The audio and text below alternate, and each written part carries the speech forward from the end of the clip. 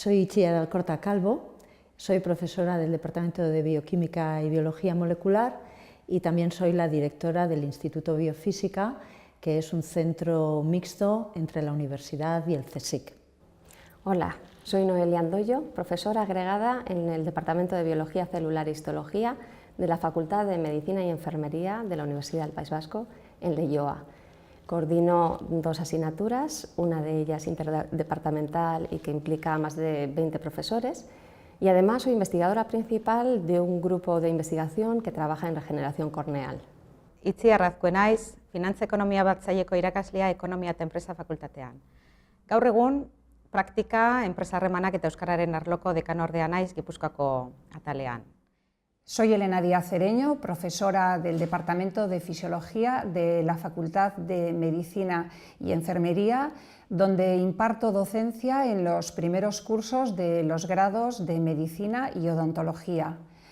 Pertenezco al grupo Genómica y Salud de la Facultad de Ciencia y Tecnología, donde investigo en la línea de comportamiento alimentario, fenotipo y perfil genético. Recientemente he asumido el cargo académico de la coordinación del Servicio de Asesoramiento Educativo para el Profesorado del campus de Bizkaia. Magi Bulen naiz, egun EFA fakultateko dekanordea, hau da hezkuntza, filosofia eta antropologia fakultatean, orain dudan kargua da praktikumeko dekanordea izatea. Gurtz Ezkurdia naiz, Bilboko irakasleen eskolako zuzendaria eta eskolako irakaslea aspaldidanik, titularra naiz, irakasle titularra, eta ikerketa lanetan testu liburuen edukiaren gainean eta baita eskola materialen gaineko ikerketak egin ditut. Baita bere garaian ikertaldearen kide naizen heinean eskolako museoan, hezkuntza museoan parte hartu dut eta parte hartzen dut gaur egun ere. Eta horretaz aparte, beste gestio kargo batzuk izan ditu, besteak besteek Bizkaiko kampusean euskara zuzendaria izan naiz. Pilar Gil naiz, eta hezkuntza, antropologia eta filosofia fakultateko magisteritza arloko dekanordea ere. Bueno, Arantza Gutierrez naiz, Gizarte eta Komunikazio Zientzien fakultateko irakaslea. Duela 25 urte hasi nintzen klaseak ematen hemen, irratiari buruz, beti izan naiz irratiko irakaslea, eta une honetan nago Lab sindikatuan liberatua. Orain banago nolabait harresiaren beste aldean, unibertsitatea ezagutzen, baina ez irakasle moduan, baizik eta gestioaren lekutik, beste etapa berri bat. Kaixo, ni Leire Imazubia naiz. Zuzenbide fakultateko irakaslea naiz, duela 18 urte. Zuzenbide zibileko saileko kidea naiz, eta zuzenbide zibileko irakasgai ezberdinak ematen ditut. Momentuaren arabera dagokidana. Asignatura guztiak emateko prestatzen gaituzte, eta orduan guztietatik pasatzen gara. Pertsonaren zuzenbidea, obligazioak eta kontratuak, oinordetza, familia, euskal zuzenbide zibila. Bereziki, azken honetan, sakondu dut nire ikerkuntza hildoa.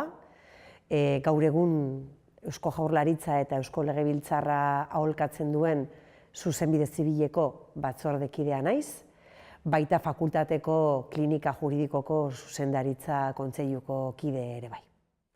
Bueno, yo soy Patricia Insúa, soy profesora de la Facultad de Psicología y pertenezco al Departamento de Procesos Psicológicos Básicos y soy directora del Servicio de Psicología Aplicada de la Universidad. Kaixo, nire izena Leire Legarreta Solaguren da, EHUko Zientzia Teknologia Fakultateko Matematika Departamentuko irakasle agregatuan naiz eta bertan badaramatzat lan egiten etengabe 22 urte. Nire espezialitatea algebra da eta nire burua aditua sentitzen dut talde teorian. Aurtengo apirilara arte izan naiz Matematika Departamentuko idazkari akademikoa, kargu hori izan dut eta bertan egon naiz 4 urteko denboraldi batetan. Oraintxe bertan hizkuntza berrikuntzako proiektu baten koordinatzailea naiz. Ni Nerea Lertxundi naiz, Psikologia Fakultateko Akademia Antolakuntzako dekan ordea. Eta, zergatik apuntatu ginean, akademe ikastaro honetara, egia esan gure lankide batek esan zigun, honen berri eman zigun, eta ideia oso erakargarria iruditu zitzaigun, eta pixkat ideia ikusiz eta kontutan hartuz gu berriak ginela kudeaketan, pentsatak nun parte hartzea.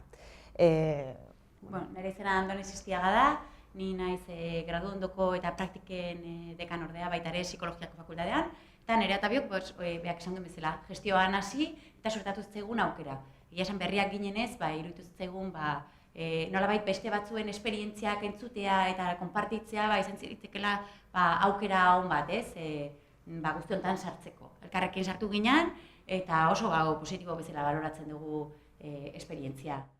Soy Adela Mesa del Olmo, profesora titular de Ciencia Política y de la Administración del departamento del mismo nombre en la Facultad de Ciencias Sociales y de la Comunicación. Actualmente soy coordinadora de asignatura en el grado de Ciencia Política y Gestión Pública. He sido IP en varios proyectos competitivos, fui hace tiempo secretaria del departamento y más recientemente directora de máster. Zergatik animatu zinen akademen parte hartzera? ¿Por qué te animaste a participar en Academe? Porque pensé que podría ayudarme a hacer mejor mi trabajo, sobre todo mi trabajo como directora de un centro de investigación, que es algo que uno necesita aprender. Porque me atrajo poderosamente la idea de trabajar el liderazgo. Yo llevo varios años siendo líder del grupo de investigación y percibía que con algunos miembros del grupo me resultaba sencillo y enriquecedor, mientras que con otros miembros del equipo era tremendamente difícil. Duela 15 urte, baita ere kargu bat izan nuen, eta nire esperientzia dezente gogorra izan zen. Nahiko txiki sentitu nintzen, bakardadea, eta oraingoan nire asmoa zen guzti horri buelta ematea, eta hobeto kudeatzea, presioak, lan egiteko gogoa, azken batean ilusio sartutako kargu bat da, eta nire buruarekin konfiantza izan nahi nuen. La verdad es que conecté rápidamente con el acrónimo de Academe, también con el liderazgo de las académicas, con el mensaje principal, con el programa, y supongo que conectó con varias de las necesidades, como era la de repensar por qué estaba en la universidad, cuál era mi posicionamiento, de afianzar y de consolidar una trayectoria que había iniciado e incluso de compartir experiencias con otras profesionales. Akademe programa atera zenean, pentsatu nuen, aukera bat zela zen guk egiten dugunean kargu akademiko bat, gestio kudeaketako kargu bat, ez dugu inolako formakuntza jasotzen. Eta hau zen lehenengo aldiz aukera nuen zerbait egiteko, zerbait ikasteko. Ikusi nuen, askotan intuizioz egiten dozun hori, ona dela ikastea edo hausnarketa egitea hobetzeko. Eta hausnarketa teorikoa ezinbestekoa da. Nire bizitzan ez dut aukerarik izan hausnarketa teorikoa egiteko. Iruditu zitzaidalako aukera bat zala.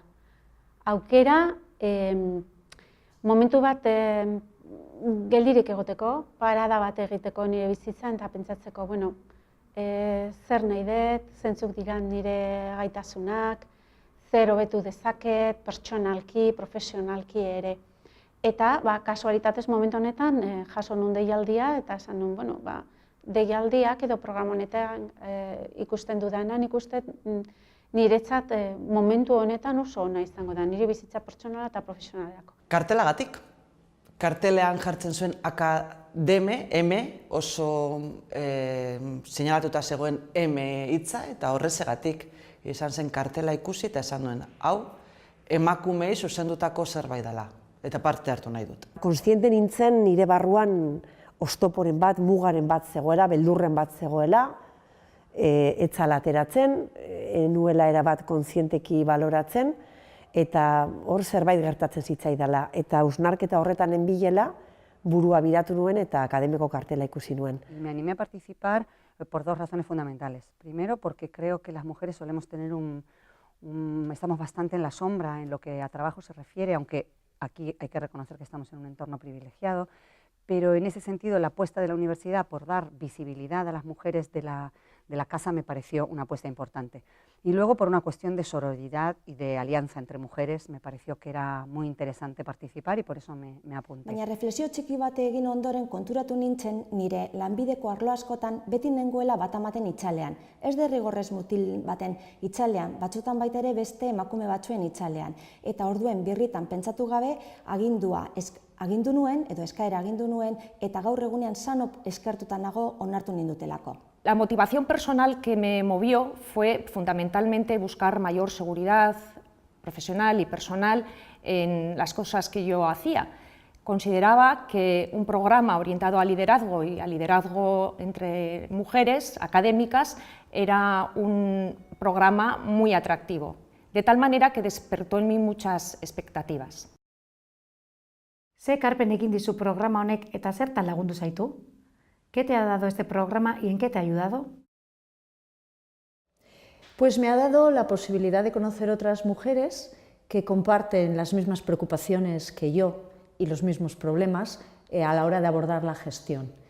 Y me ha ayudado pues, a ver cuáles son esos problemas y a intentar encontrar la manera de solucionarlos y de hacer mejor mi trabajo. Los espacios de tiempo para la reflexión que me han ayudado a conocerme un poquito mejor y a escucharme a mí misma, que nunca tenemos tiempo para hacerlo. También me ha proporcionado la oportunidad muy valiosa de conocer a otras mujeres académicas, mujeres valientes, luchadoras, con muchas cualidades y muchas inquietudes, y con las que me identifico y comparto ideales y por ejemplo, una forma diferente a la actual y mejorable de entender la universidad y la sociedad en general. Akademi programa oso intensoa izan dela, baina era berean altxor bat.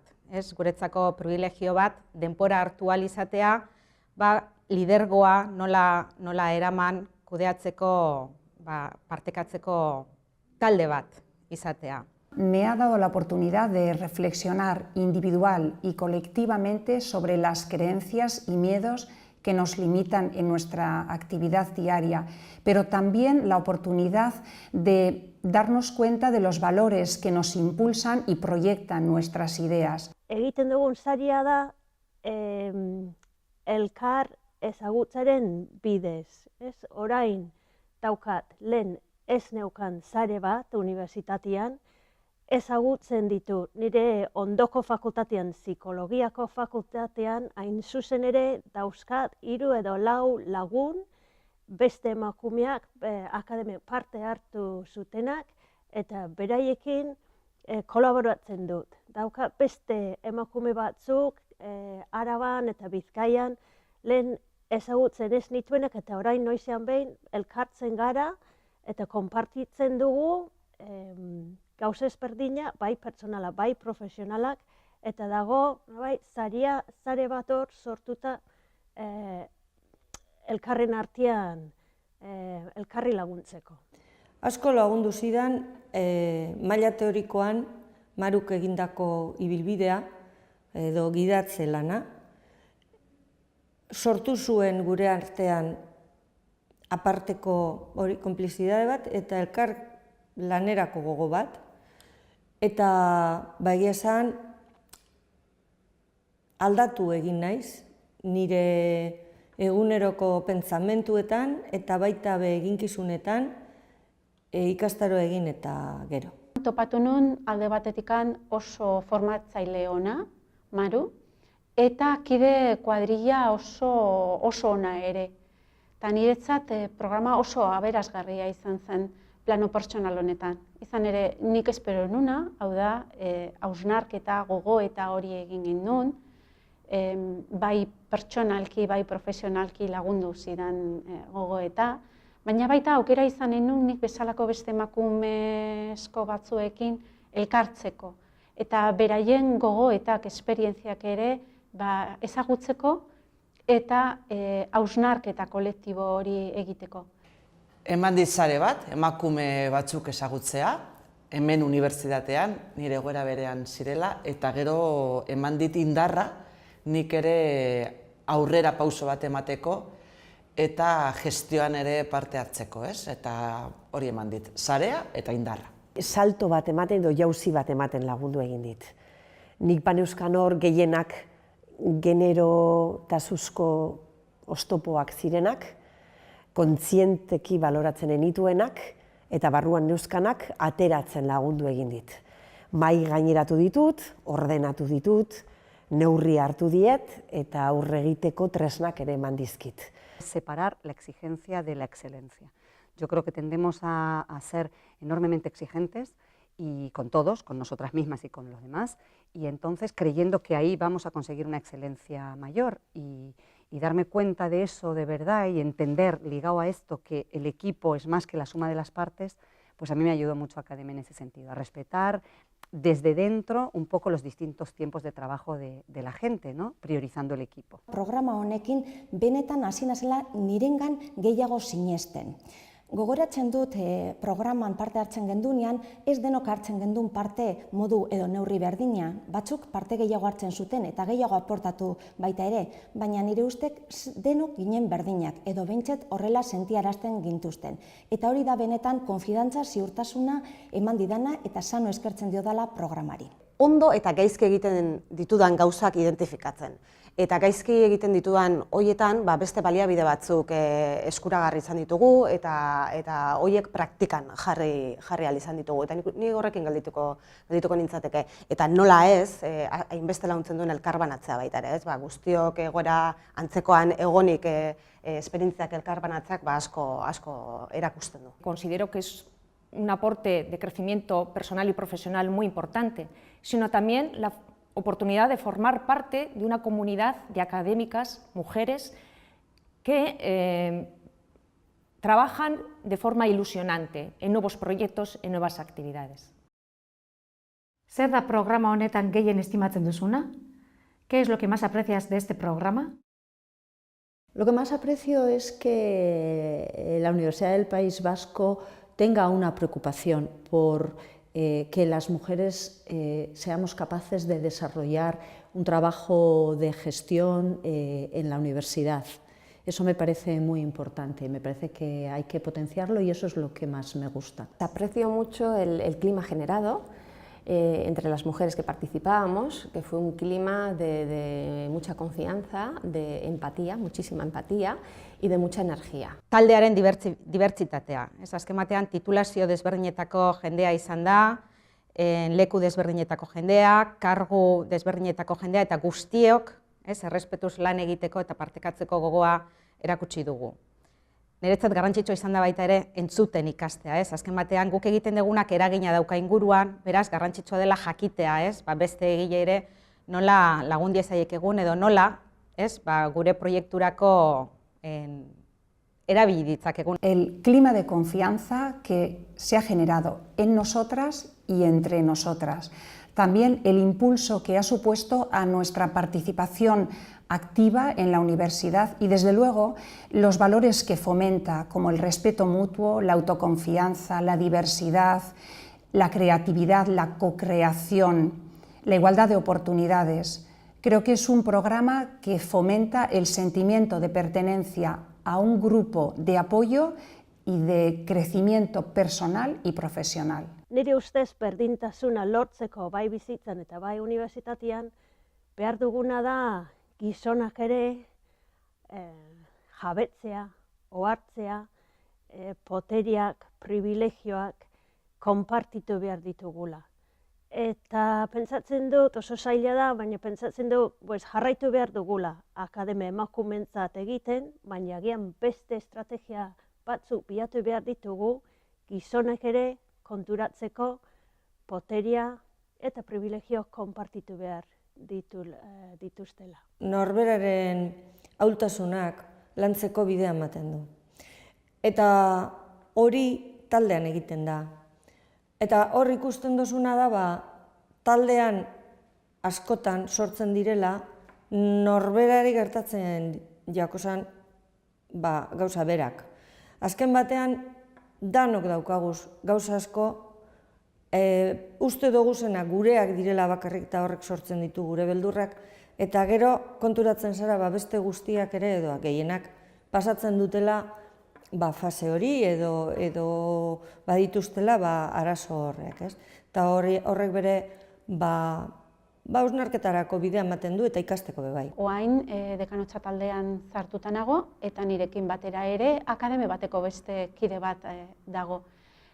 Nik esango nuke lagundu zigula, han bizi izanin genuna, erramintak hartu genitun gure garapen profesionalerako, eta zer esanik ez, gaur egun dekanotzan praktikara eramateko aukera dudala egunero esango nuke. Konena da, dira hor gauden pertsonak eta nik uste dut unibertsitateak jakin behar duela zelako pertsonak daudela hemen unibertsitatean. Altxorrak sortzen ditu, batez ere bi planotan, ez? Alde batetik, partaide garen emakume ongan zuak pizten ditu nolabait esateko, ez? Barruan hori itzalita dauden grinak eta gogoak alduntze dinamika horretan, ez? Lidergo horretan aurrera egiteko baliabideak tresnak pizten ditu, barruko oztopo muga horiek norberak mai gaineratzea, guztien aurrean biluztea, horrek ordenean ipintzeko behar hori, kontzientzia puntoria ekartzen du, azken batean ispilu bat da, ez da? Es alucinante cuando hemos necesitado tirar de alguna, hablar con alguna, es como que hay un sustrato común, como que hemos pasado todas por un rito iniciático y en ese sentido es como que se han abierto puertas de confianza entre todas las que hemos participado. Nire akademiko arloan lortu dutena da, iritzi mugatu asko eta beldur asko hobeto kudeatzen, eta ez izaten lotzik, ez bildurrik, benetan pentsatzen dutena adierazteko. Baita ere ikasi dutena da irekiagoa izaten. Hau da, giro kolektibo batean adierazten zeintzuk diren nire ardurak, nire kexak, baita ere nire arrakastak eta nire erreflexioak. Eta hori dela eta gaur egunean onartu behar dut gatazkak adibidez modu konstruktibo batetan kudeatzen edo saiatzen nazela. Haberme dado la oportunidad de adquirir habilidades para desarrollar de forma más ilusionante mi trabajo y haber contactado también con otras mujeres académicas de mi propia universidad y desarrollar actividades de forma conjunta. Nola uste duzu hobetu daitekeela programa hau? ¿En qué crees que podría mejorar este programa? Creo que este programa, igual no tanto el programa como tal, pero sí el conjunto de la idea, debe de tener una mayor difusión en la comunidad universitaria y en la sociedad en general, porque creo que el problema de la desigualdad de género hay que darle una mayor visibilidad. Creo que este programa debería mejorar en ese aspecto. Yo creo que podría mejorar si desde un primer momento se tiene más clara la idea de la red que se quería configurar.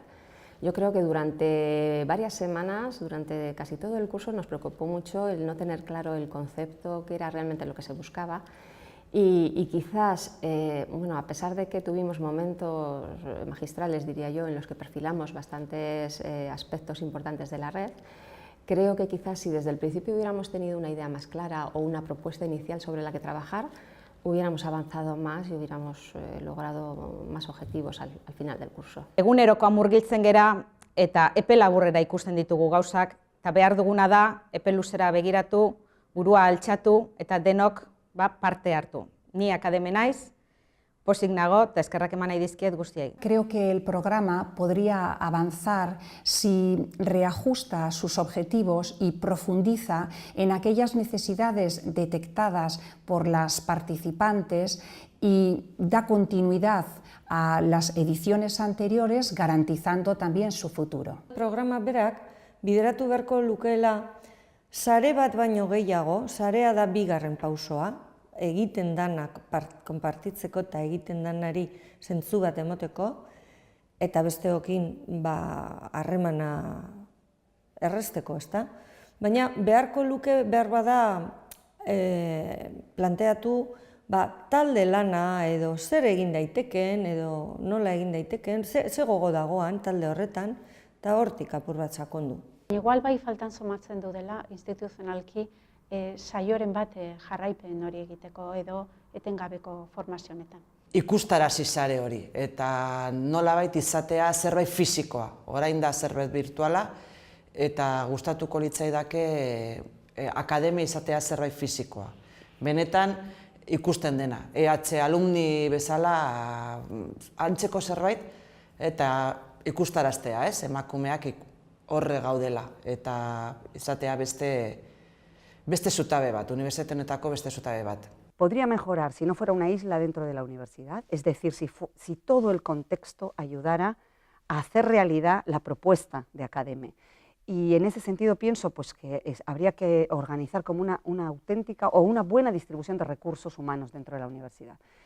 Es una apreciación personal, pero yo creo que hay servicios que están sobredimensionados y otros que están tirando como pueden para hacer las actividades. Problema ez da ideia ez dela ona, baizik eta jentearen parte hartze eskasa.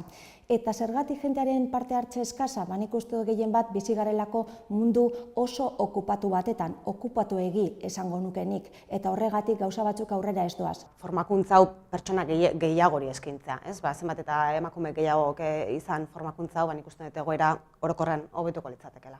Desde luego gure fakultatean jende desberdina animatu dugu, eta orokorrean ere bai, Euskal Herriko Unibertsitatean emakume desberdinak animatzen ditugu hurrengo edizioetan parte hartzera. Creo que el programa Academe podría mejorar si en su desarrollo, en lugar de poner tanto hincapié en la creación de la red, como ocurrió en nuestro caso, se abordaran este tipo de cuestiones una vez avanzado ya el programa.